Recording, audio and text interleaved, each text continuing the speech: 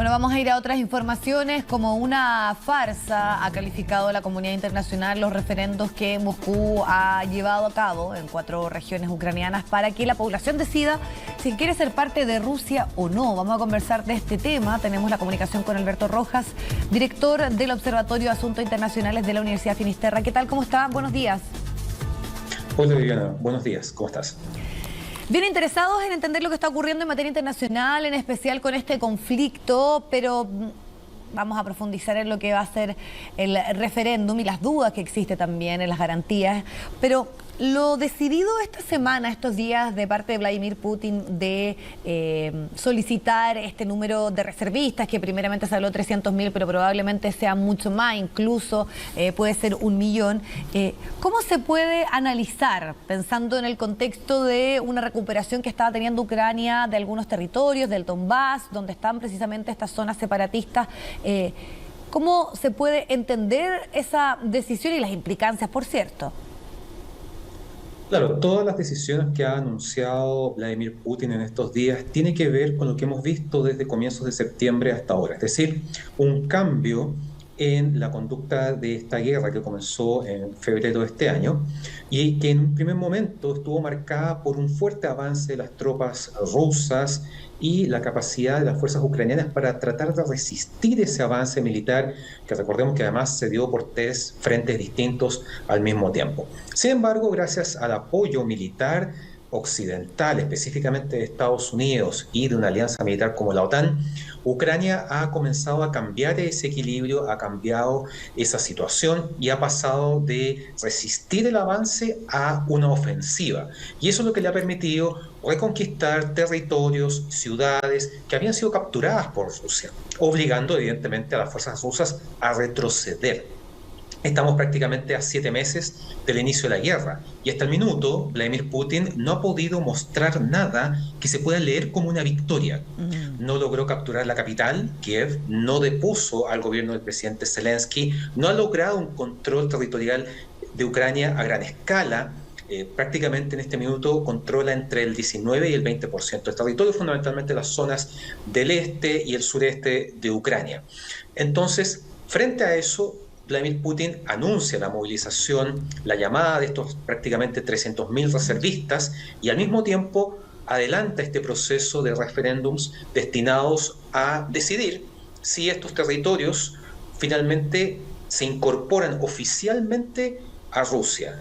Tú mencionabas estos territorios, hay 4, básicamente son las repúblicas separatistas de Lugansk y Donetsk, en el Donbass, en el este del país, que recordemos fueron reconocidas por Rusia 3 días antes del inicio de la invasión a Ucrania.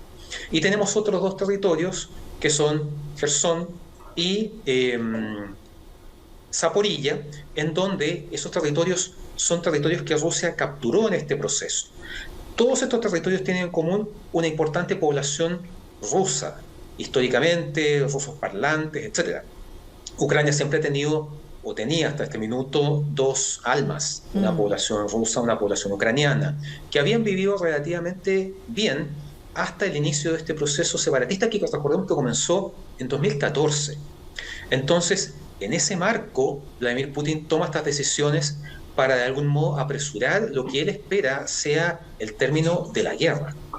Alberto, y también le da en el fondo un argumento pensando en que ese referéndum, y todo indica, porque además también no hay ninguna garantía en torno a, podríamos decir, la seriedad o efectivamente que no existan presiones. Hay algunos reportes que hablan de que se le está pidiendo a la persona, obviamente un militar ruso, que vaya a participar amenazándolo, que ellos van a preferir ser rusos, pertenecer a este país. Entonces, ¿qué busca y cómo esto le puede dar alguna garantía o no a Vladimir Putin en torno a lo que es su obsesión, ya a esta altura, que muchos lo definen así, en torno a estos territorios, pensando que el tiempo que le ha tardado toda esta situación era algo absolutamente impensado? Recordemos que cuando se inicia este conflicto, incluso se hablaba de una cosa de días, pero ya estamos hablando de varios meses, ¿no?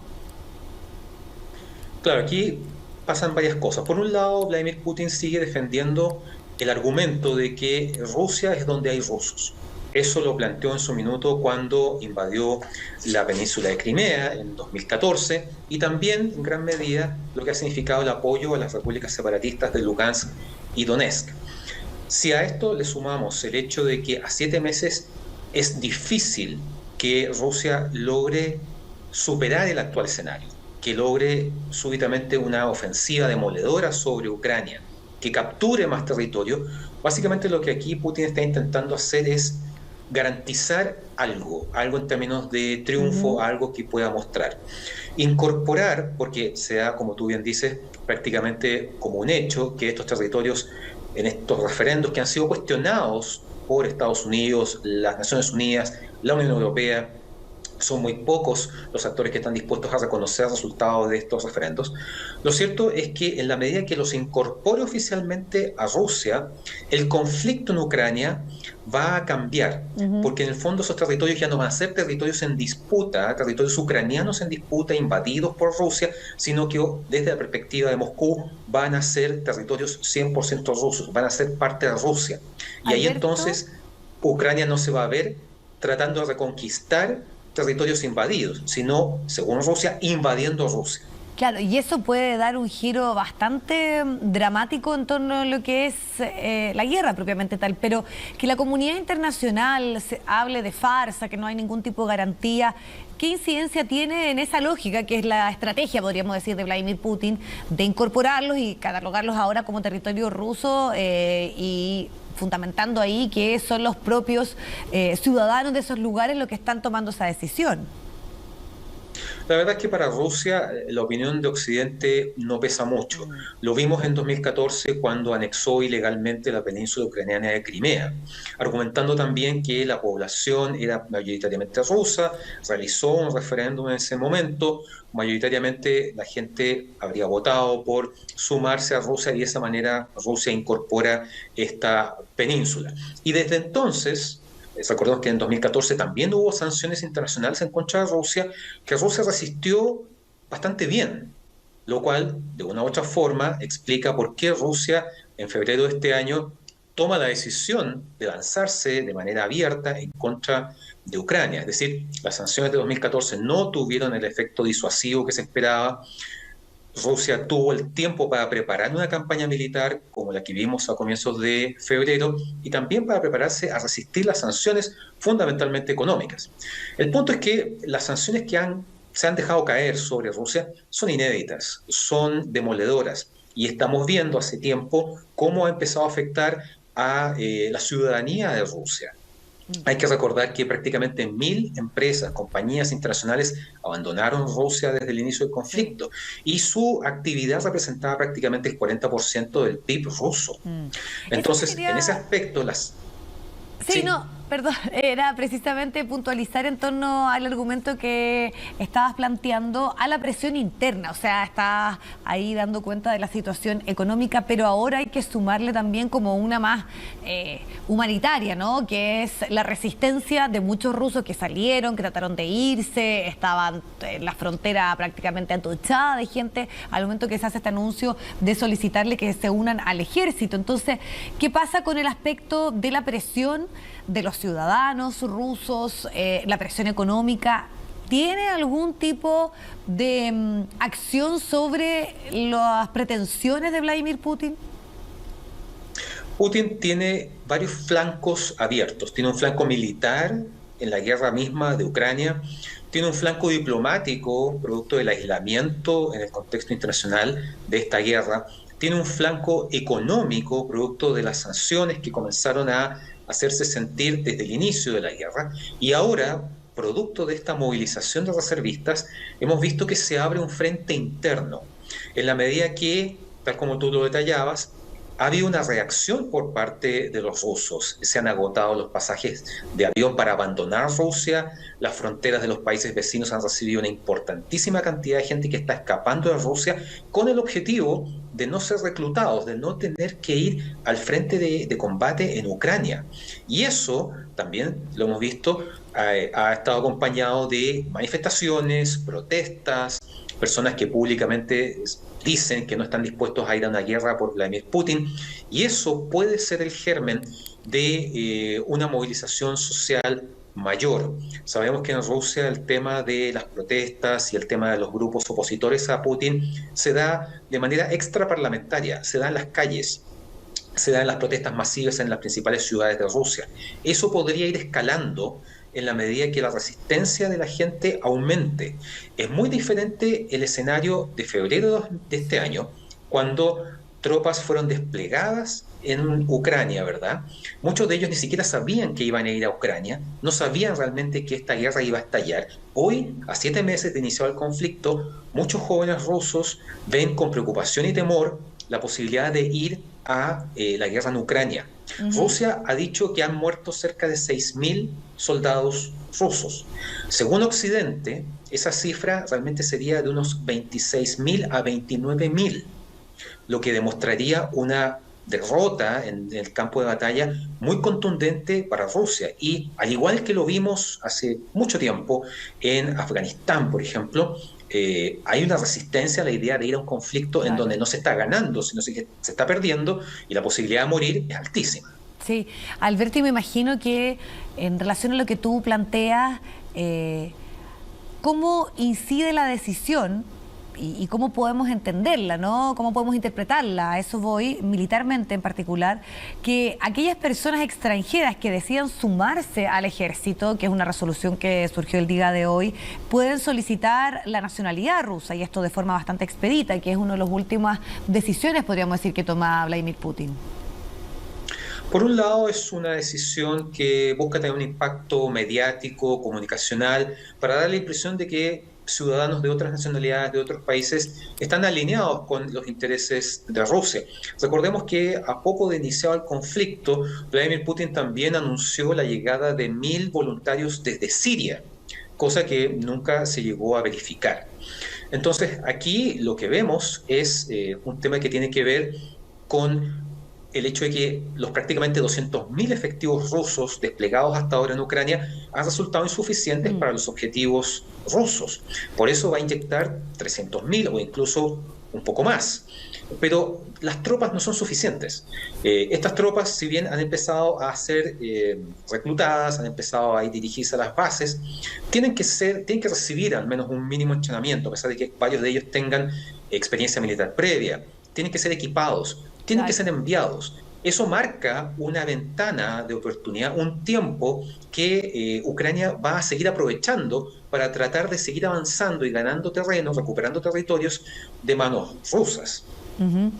Y Alberto, en paralelo, Josep Borrell ha dado una entrevista que se ha divulgado durante este día, donde dice y vuelve a enfatizar en la idea de una solución diplomática a la guerra. ¿Esa posibilidad sigue estando, tomando en cuenta estos últimos antecedentes que conversábamos? Sin duda que el trabajo, la gestión diplomática ha estado presente desde el inicio de la guerra. Al comienzo, recordemos que la idea era lograr un cese al fuego que abriera espacio a negociaciones. Sin embargo, el escenario ha ido cambiando, y me parece que el hecho de que el apoyo occidental a Ucrania haya sido tan contundente también ha cambiado el sentir ucraniano. Hace algunas semanas, cuando se cumplieron 6 meses de la guerra y que calzó con el Día de la Independencia de Ucrania, el presidente Zelensky en su discurso planteó una pregunta retórica: ¿qué era el fin de la guerra para los ucranianos? Y él dice: al comienzo de este conflicto, el fin de la guerra era la paz. Ahora es la victoria. Y hemos visto que varias veces él ha dicho que lo que buscan es recuperar los territorios del este de Ucrania y también incluso la península de Crimea. Es decir, en la medida que Ucrania ha logrado dar vuelta a esta situación, ha logrado pasar de la resistencia a la ofensiva, su interés por buscar un acuerdo diplomático disminuye. Claro. Y por parte de Rusia, el gran problema que tiene Vladimir Putin es que el tiempo, ya a partir del primer mes de la guerra, comenzó a correr en contra. Rusia había sido vista hasta ahora como una potencia militar indiscutible, tal vez no una gran potencia económica, pero que iba a ser capaz de terminar esta guerra en forma rápida. Se van a cumplir 7 meses, la guerra no tiene ningún elemento que Putin pueda decir que es una victoria, y evidentemente sentarse a negociar, sentarse a conversar una salida diplomática al conflicto va a ser muy difícil porque va a ser muy complicado que Putin logre un acuerdo sin que eso parezca una derrota. Lo que Putin necesita mostrar es algo así como algún tipo de victoria. Y la anexión de estos territorios en los que en estos momentos se están dando estos referendos puede ser una manera de mostrar algún tipo de éxito en esta campaña militar que en términos prácticos ha estado lejos de los objetivos de Moscú. Sí, y sin además saber si eso va a tener un efecto interno, ¿no? Pensando en lo que estábamos hablando, la situación económica y también como la señal de la petición de estos reservistas ha generado también una serie de protestas y de varias personas detenidas. Y solo para finalizar, Exacto. ahí te quería preguntar, en esta lógica que debiésemos entender de más bien un conflicto que se puede agudizar dentro de los próximos días, en el anhelo de recuperar territorios ucranianos, de una victoria, en esta insistencia de Vladimir Putin, pero sumada a la amenaza, que fue bien clara y explícita, nuclear, de decir, esto no es un bluff, vamos a utilizar todo lo que esté dentro de nuestro alcance, sobre todo si lo ligamos con el tema del referéndum, si él logra decir que esos territorios le pertenecen a Rusia, ¿qué va a ocurrir ahí? Y cómo debemos también entender lo que él dijo en torno a su capacidad nuclear. Sí, me parece muy atingente vincular a ambos temas, porque no es primera vez que Vladimir Putin pone sobre la mesa la amenaza velada o poco velada del uso de las armas nucleares. Hay que entender que las armas nucleares son una realidad desde 1945 en adelante, lo vimos durante los tiempos de la Guerra Fría, una carrera armamentista que costó miles de millones de dólares y que llegó a acumular 62.000 armas nucleares entre el año 86 y el 87. Hoy son prácticamente 12.000. En ese aspecto, las armas nucleares evidentemente son armas que se pueden utilizar o se podrían utilizar en una guerra, y eso sería lo que siempre se ha dicho, la Tercera Guerra Mundial y un holocausto nuclear. Una guerra que, tal como lo dijo el presidente Biden durante su discurso en Naciones Unidas, es una guerra que no se debe librar, porque es una guerra que nadie puede ganar. Y el otro aspecto que tienen las armas nucleares es servir como un elemento de disuasión. Es decir, yo amenazo con el uso de la fuerza nuclear, amenazo con el uso de las armas nucleares. En la medida que es muy probable que los referendos en estos 4 territorios le den luz verde a su anexión a Rusia y Rusia los incorpore oficialmente, eso para Ucrania va a ser una provocación, va a ser un golpe que va a querer revertir y probablemente podría traducirse en una escalada de la guerra en alguna forma que todavía no podemos dimensionar. Y lo cierto es que es probable que Vladimir Putin reitere esta amenaza nuclear, sobre todo porque no hay que perder de vista que en el contexto de las armas nucleares hay distintos tipos. Están las armas nucleares estratégicas, que son las que uno habitualmente tiene en la mente, armas que están pensadas para destruir grandes ciudades, acabar con millones de vidas, etc. Pero también están las armas nucleares tácticas, que son armas nucleares con un poder menor, que están pensadas no para ser usadas en contra de población civil o grandes centros urbanos, sino en campos de batalla o grandes fortificaciones subterráneas. La posibilidad de que Rusia no utilice estas armas no es un 100%. Por lo tanto, y esperar que no sea así, si Vladimir Putin se siente particularmente acorralado, arrinconado, siente que ya no tiene nada que perder, la posibilidad del uso de un arma nuclear táctica en el campo de batalla no está descartado. Perfecto, Alberto, te queremos agradecer el tiempo y la posibilidad de seguir profundizando en lo que está ocurriendo con este conflicto. Muchísimas gracias. Gracias a ustedes por la invitación, que estén muy bien. Buenos días.